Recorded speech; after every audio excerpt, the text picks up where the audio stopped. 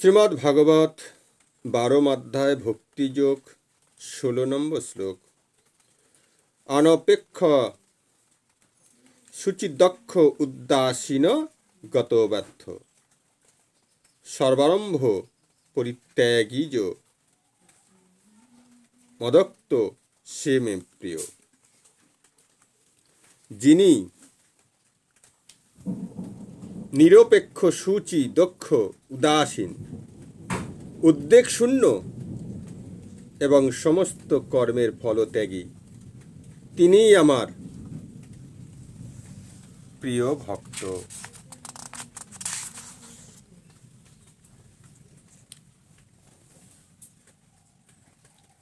ভক্তকে অর্থ দান করা যেতে পারে, কিন্তু তার সেগুলি লাভ করার জন্য উদ্যমী হওয়া উচিত নয়।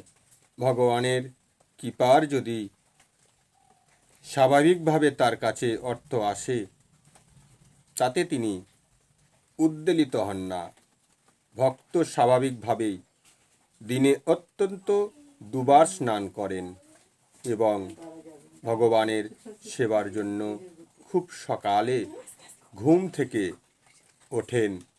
তাই তিনি স্বভাবত অন্তরে ও বাইরে শুচি সম্পূর্ণ ভক্ত, সর্বদাই সুদক্ষ। কারণ জীবনের সমস্ত কর্মের যথার্থ উদ্দেশ্য সম্বন্ধে তিনি সম্পূর্ণভাবে অবগত এবং প্রামাণিক শাস্ত্র সিদ্ধান্ত সম্বন্ধে দৃঢ়প্রত্যয়যুক্ত। ভক্ত কখনোই কোনো বিশেষ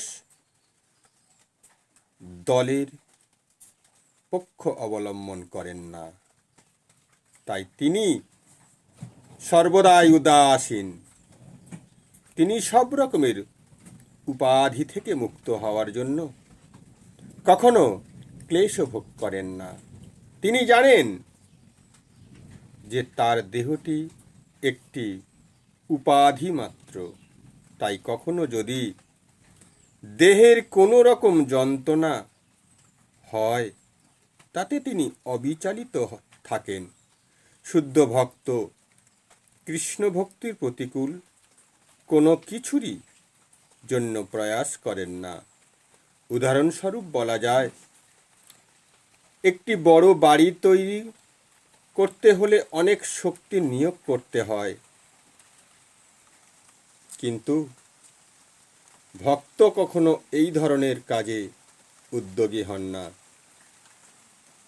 যদি তার ভগবত ভক্তিতে উন্নতি সহায়ক না হওয়া, তিনি ভগবানের জন্য মন্দির তৈরি করতে পারেন এবং সেই জন্য সমস্ত রকমের উদ্যোগের সহ করতে পারেন, কিন্তু তিনি তার আত্মীয় স্বজনদের জন্য বড় বাড়ি তৈরি করার কাজে প্রয়াসী হন না। প্রেম সে বল রাধে রাধে। হে কৃষ্ণ করুণার সিন্ধু দীনবন্ধু জগৎপতে গোপেশ গোপিকাকান্ত রাধাকান্ত নমস্তুতে। সমস্ত বৈষ্ণব ভক্তবৃন্দ, সবার কাছে আমার কোটি কোটি ধন্যবাদ, প্রণাম। আপনারা বেশি বেশি করে শেয়ার করবেন। আর যদি কোনো ভক্ত নূতন হয়ে থাকেন, তাহলে চ্যানেলটিকে সাবস্ক্রাইব করে রাখবেন। সবার আগে এই ভগবানের অমৃত বাণী আপনাদের কাছে পৌঁছে যাবে। হরে কৃষ্ণ কৃষ্ণ কৃষ্ণ হরে হরে, হরে রাম রাম রাম হরে হরে।